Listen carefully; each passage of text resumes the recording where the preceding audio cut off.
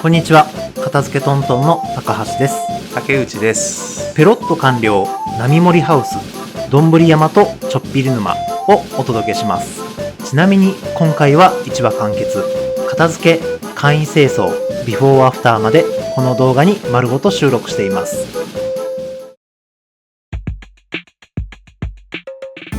今回のお宅は愛知県内のアパートの一室。来月防火点検があるためそれまでに片付けてほしいとお問い合わせをいただきました。清掃を頼むかどうかは片付け完了後に検討されるとのことで、まずは片付けのみのご依頼です。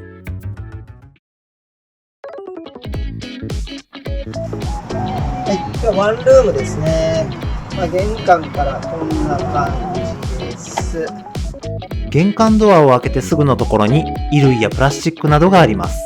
廊下の先も床は見えない状態です。で、お風呂場の床にも物が浸出し、ドアが開けっぱなしになっています。そして浴槽には黒っぽく濁った水がなみなみと溜まっています。まだなかなかよくあるといえばよくありますよね。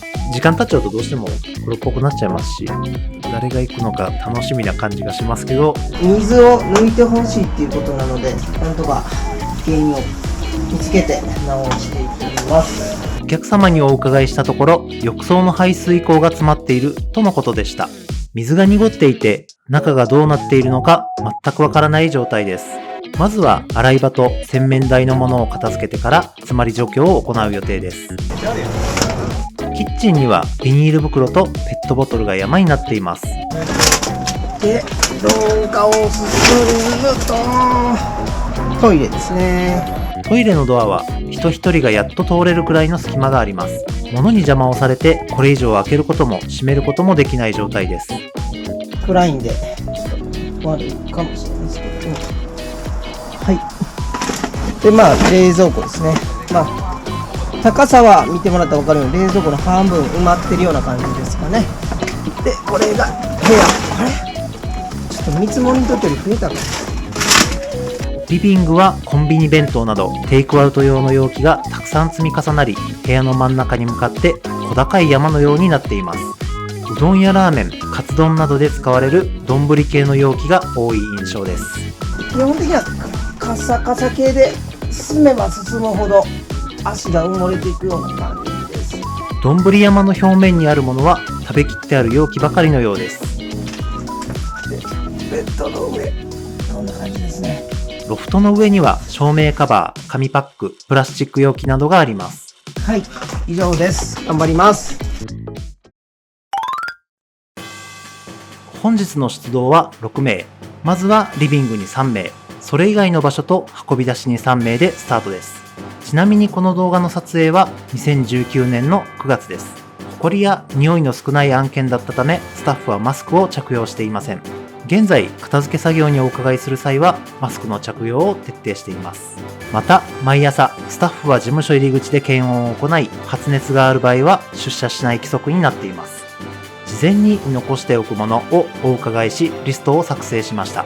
今回残しておくものは、賃貸契約書、備え付けの家具、家電、現金、通帳、年金手帳、写真、アルバムです。増えたの掃除機。作業開始直前になって追加になったものをスタッフ全員に共有します。備え付けの机がどっかにある。それ。物に埋もれていますが、壁際に机があるようです。家具、家電が備え付けの物件なので要注意です。カサカサだから。カサカサは片付けトントンの動画ではおなじみの単語です。お弁当の空き箱や空っぽのペットボトルなど軽くて分別、袋詰めがしやすいもののことです。上は早いと思います。問題は下なんですよね。掘り進めるにつれ中身入りのものが増えたり、踏み固められてカチカチに固まったものが出てくる場合があります。最初はスムーズでも油断はできません。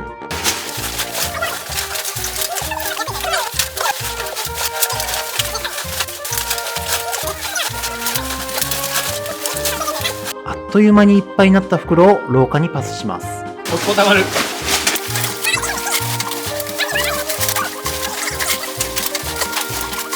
廊下から手身がパスされてきました。アングル。チェンジ。めっちゃ来る。廊下のスタッフは袋の運び出しに追われています。袋の運び出しの合間にお風呂場のものをどんどん手に取り、分別、袋詰めしていきます。また袋を運び出します。アングル。チェンジ。お弁当の空き容器などを手身に乗せ、可燃以外が混ざっていないか注意しながら袋詰めしていきます。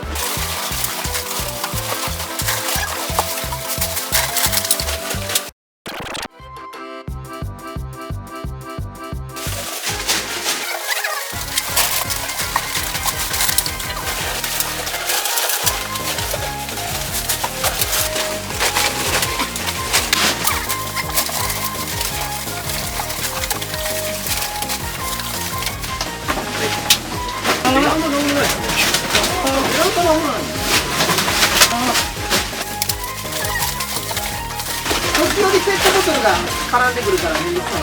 たくさんのお弁当の空き容器とペットボトルが混ざり合って山になっています。可燃の袋にペットボトルを入れてしまわないよう注意が必要です。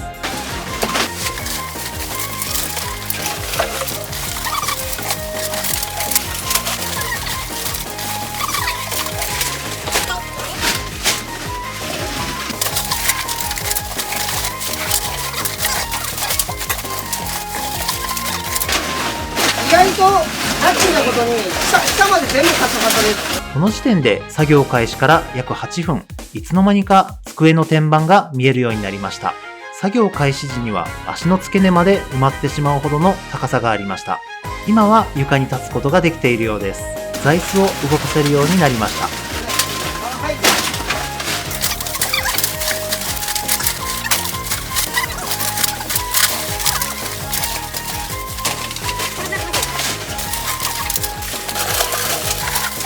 これあかん。タバコの吸い殻が入ったペットボトルが出てきました。これは資源としてリサイクルすることができません。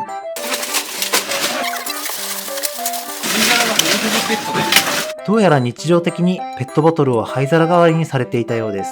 ペットボトルを灰皿として使用すると誤飲や火災の恐れがあり大変危険です。思い出しました。僕もタバコ捨てた時に酔っ払って一回入れたことがあって、誤って自分で飲んじゃった。うわーってなった記憶がありました。いや、口に入った瞬間に、あーって。ありますね、あります、あります。もし同じようにペットボトルを灰皿代わりにしているという方がいらっしゃいましたら、直ちにやめることをお勧めします。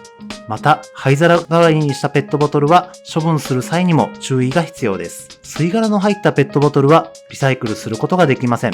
ペットボトルとして回収に出すのは絶対にやめてください。去年、奈良市では飲み残しとタバコの吸い殻が入ったペットボトルが原因で収集作業員の方が大怪我をするという事故がありました。吸い殻を取り除こうとキャップを開けた瞬間、ボトル内に溜まったガスが一気に噴き出し、キャップが左目を直撃したそうです。怖いですね。怖いですね。吸い殻を入れたペットボトルを処分する際には取り扱いに十分注意し、必ず自治体の処分方法に従って出すようにしてください。ホームページの分別案内で調べるか、自治体の環境課に問い合わせると正しい分別方法を教えてもらえます。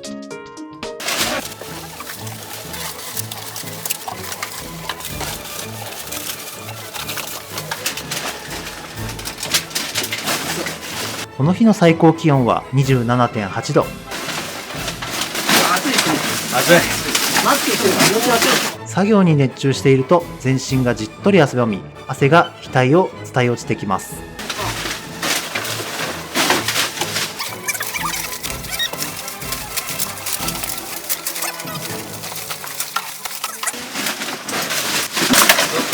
残しておくものとリクエストのあった掃除機が出てきました。部屋の隅に避難させておきます。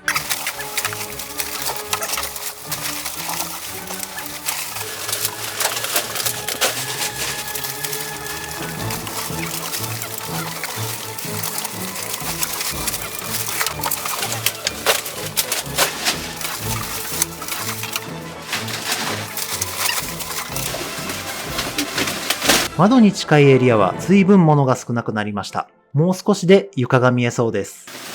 ベランダに家具などを仮置きすることにします。座椅子にくっついている細かいものを払い落とします。座椅子をベランダに運び出します。備え付けの椅子も一旦ベランダに仮置きします。窓際のエリアは随分片付いたので、手前のスタッフはタペストリーが飾ってある壁の近くを攻めていきます。衣装ケースの中はほとんど空っぽになりました。衣類は後からまとめて袋詰めします。2人がかりで窓際のエリアを攻めていきます。毛布が出てきました。袋詰めします。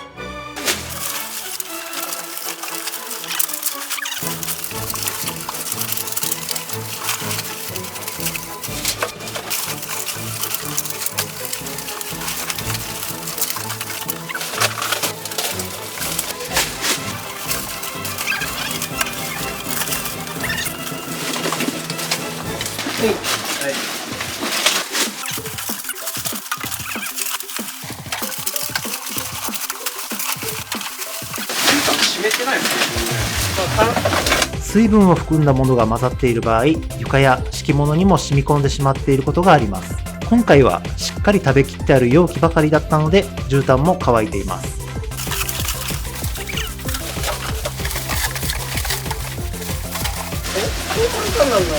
床に残ったものは非常に細かいものが多いようです。作業開始時のように大きめの容器がたくさんある状態と比べると、袋がいっぱいになるまでに時間がかかります。本がめっちゃ出てきた。本や雑誌などの紙類は衣装ケースに仮置きします。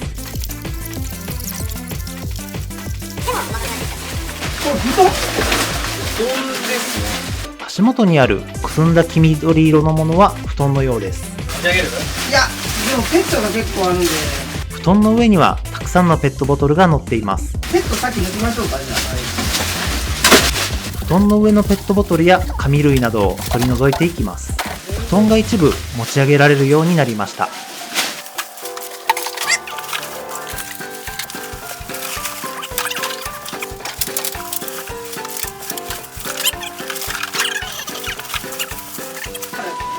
コードが出てきました。後ろに避けておきます。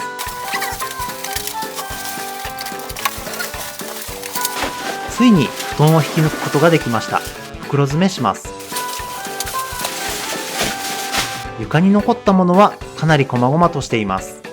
ここでテミブルドーザータイムです。テミを床に沿って滑らせて細々としたものをテミに乗せます。テミの上のものを丁寧に確認し、可燃以外のものを取り除きます。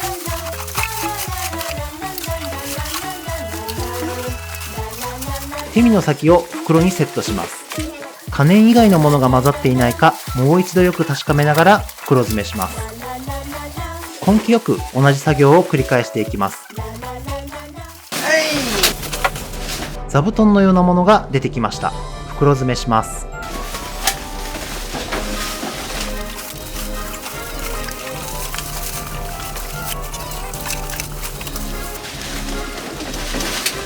じゃあ、でも、下までカサカサだったから、安心しました。結局、掘り進めてもカサカサなものばかりでした。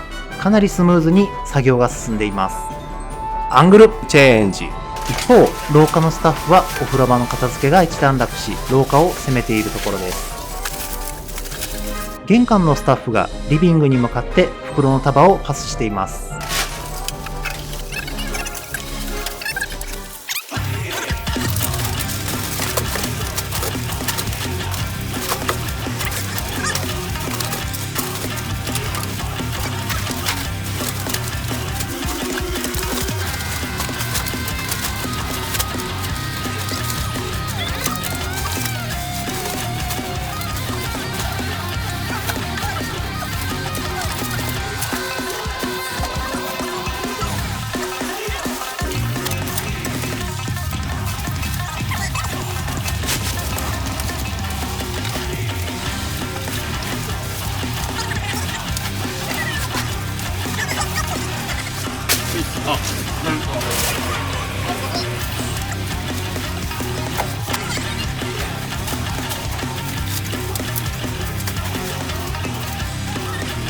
アングルチェンジ。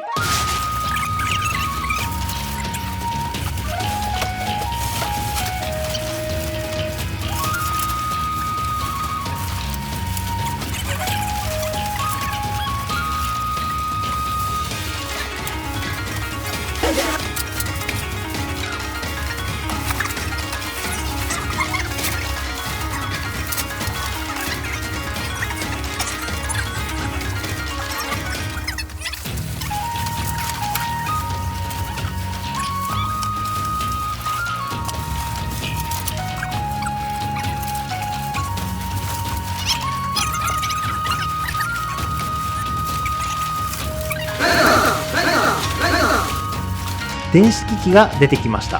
避難させておきます。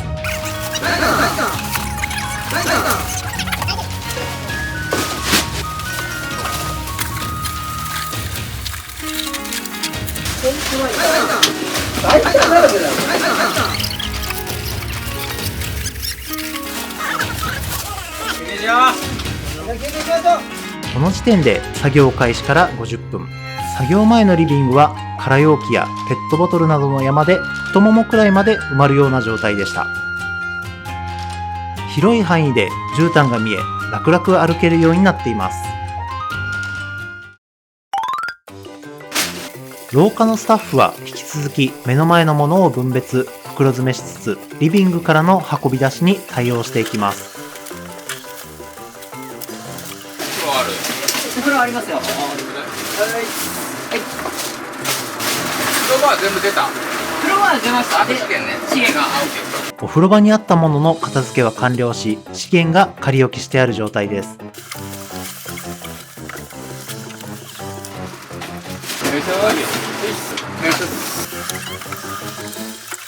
お風呂場の前のものは大きな一つの塊になっているようです。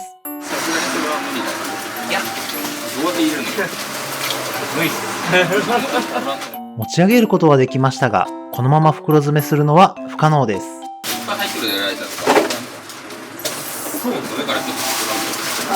ライターなど可燃以外のものもたくさん混ざっています。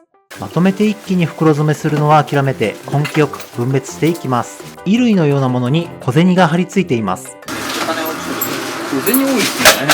小銭は浴槽のヘリに仮置きしています。リビングを担当していたスタッフが廊下に進出してきたようです。廊下の隅には冷蔵庫があります。もしかして、そういうことですね。冷蔵庫にはたくさんのものが入っている状態です。中身をどんどん出して分別、袋詰めしていきます。プラスチックケースにたくさんのものが貼り付いています。すべて剥がします。ケースには何かの液体がべったりとこびりついています。片付け完了後に時間的な余裕があったら冷蔵庫内もきれいにしたいところです。冷凍庫の中も確認します。これで冷蔵庫の中は空っぽになりました。一人のスタッフがトイレに突入します。もういいですよ。トイレのものは少なかったためあっという間に完了です。アングルチェンジ。今度はほんの少しだけ時間を戻して休憩直後のリビングの様子をお届けします。ロフトに置いてあった照明カバーを取り付けます。一人のスタッフはロフトに上がり、ロフトの上を片付けます。お客様曰く通帳と年金手帳が押し入れの中にあるかもしれないとのことでしたが、まだ見つかってないようです。引き続き注意して作業を進めます。ちょっとこたつ折ります。ロフトからこたつがパスされてきました。ベランダに仮置きしておきます。衣装ケースの手前のエリアには避けておいたライターが大量に散らばっています。段ボールに移します。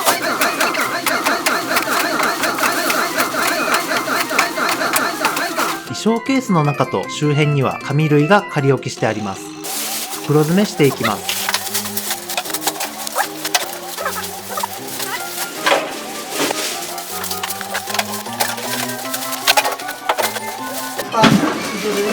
小川さん、通帳出てきたんで。通帳は安全な場所に避難させておいて、後ほどお客様にお渡しします。机の上のものが残りわずかになりました。机は折りたたむことができるタイプのようです。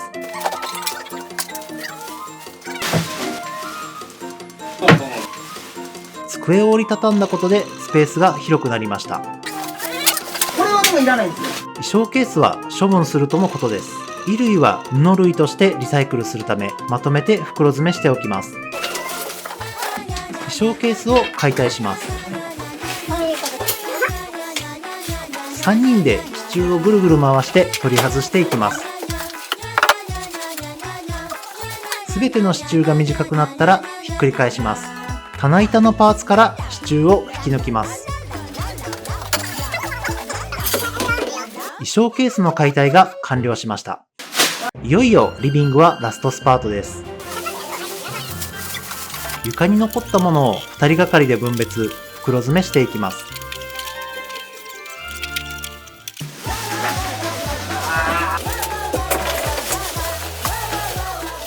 床に残ったものの中からたくさんの小銭が発見されました。箱に移動しておきます。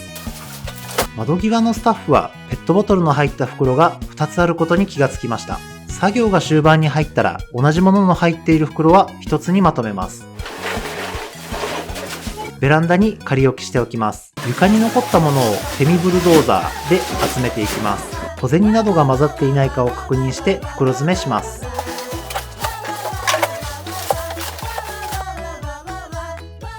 ほうきを使って細かいものをケミに移します。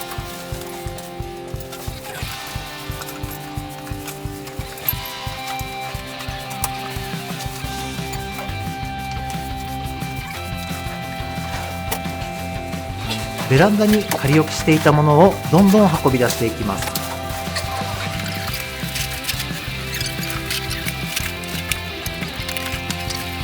小銭が落ちていました。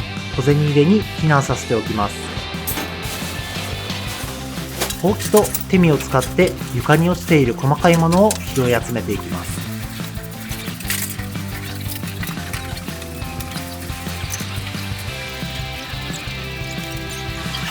ロフトの上もほうきがけをします。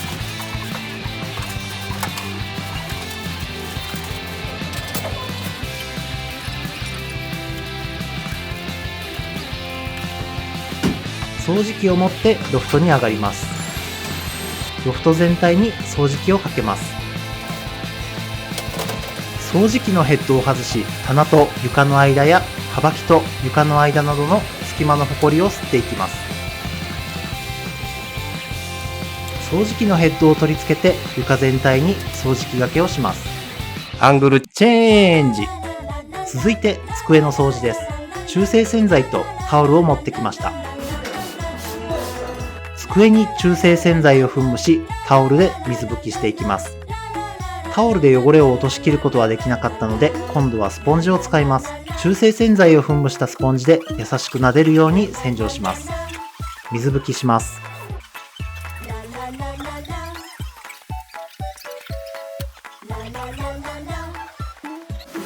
5秒でペラペラしてもらって。硬いものががっちりこびりついているので、プラスチックヘラを使います。それだ。きれいに洗ったタオルで全体を水拭きし、天板は完了です。足を拭き上げてから天板を折りたたみます。もう一度部屋全体に掃除機をかけます。ベランダに避難させておいた椅子を室内に戻します。これでリビングの片付けと簡易清掃が完了しました。作業開始前のリビングは丼などテイクアウトの容器が積み上がり、ちょっとした山がありました。備え付けの家具以外のものがなくなり、まるでミニマリストのような部屋に仕上がっています。ロフトのほか、部屋全体のビフォーアフターは動画の最後にまとめてご紹介します。廊下では冷蔵庫内の清掃を行っています。空拭きが完了した冷蔵庫に仕切りを戻します。洗浄済みのケースや仕切りをすべて冷蔵庫に収めます。冷凍庫も仕切りや製氷機、庫内を一通り洗浄していきます。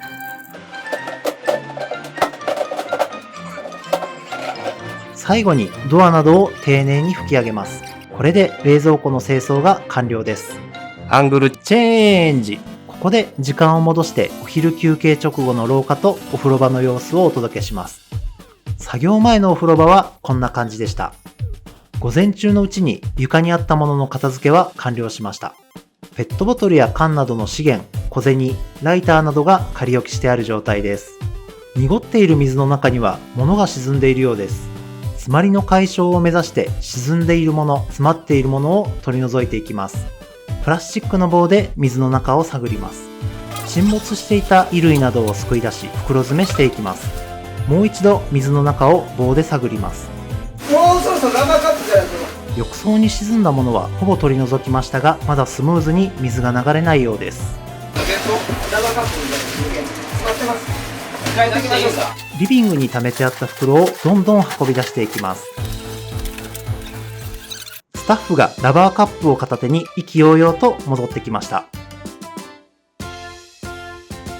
ラバーカップの接地面に異物が何もないこと。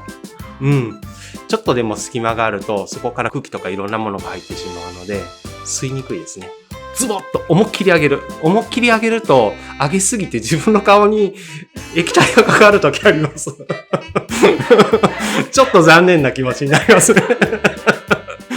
ラバーカップを排水口に当て静かに押します。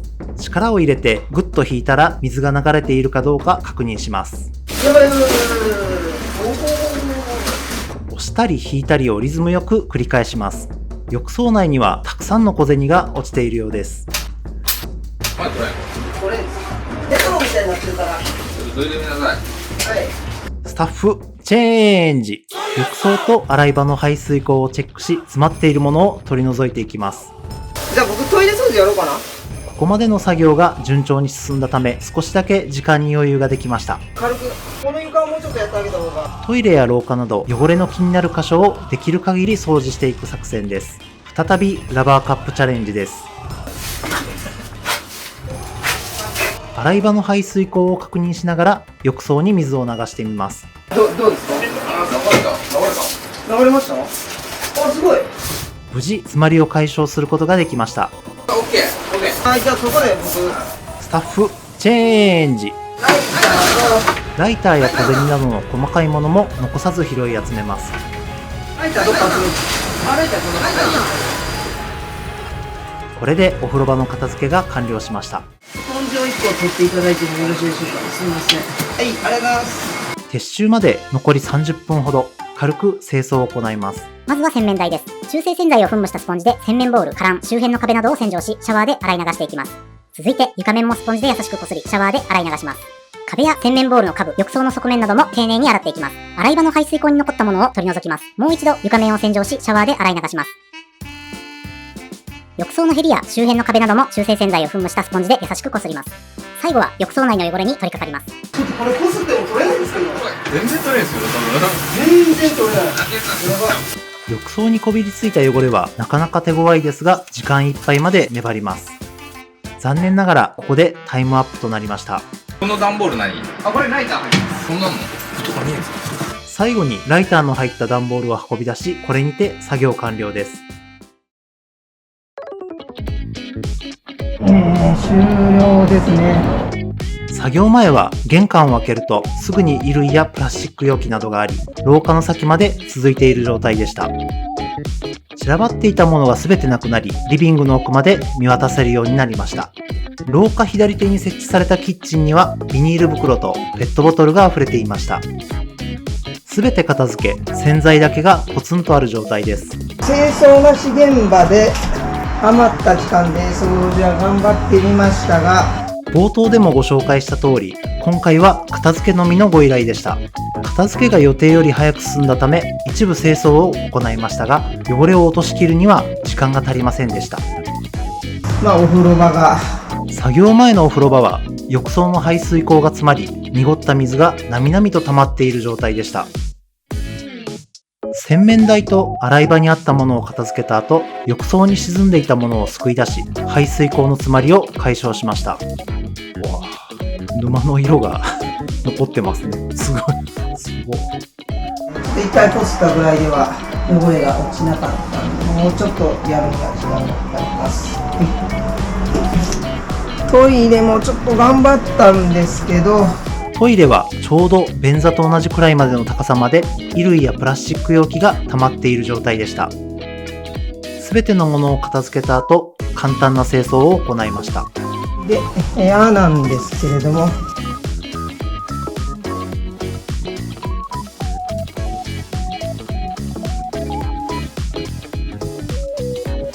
部屋のテーブルはちらの家具は備え付けのものです。机は簡単な拭き掃除だけできれいにすることができました。でまた閉めていくと機器で上ですね。ロフトには照明カバーと紙パックやプラスチック容器などが載っている状態でした。上はもうすっきりしているので、ここで寝ていただけるんではないでしょうか。これが残しですね。収納棚の中にお客様からリクエストのあった残すものを置いてあります。今回排出されたものの量は可燃が 540kg、ペットボトルが 50kg、紙類が 70kg、金属類が 40kg でした。それでは最後に片付け開始から完了までの超高速ダイジェスト映像をご覧ください。愛知県で片付けにお困りの方は片付けトントンにお任せください。お見積もりは無料です。お電話でのお問い合わせは 0120-947-479 まで。受付は年中無休、午前8時から午後8時までです。サービスの詳細については片付けトントンの公式ホームページをご覧ください。また片付けトントンのブログでは YouTube ではご紹介しきれない片付けの経緯や実績、スタッフのこぼれ話などをご紹介しています。概要欄のリンクからぜひご覧ください。それではまた次回。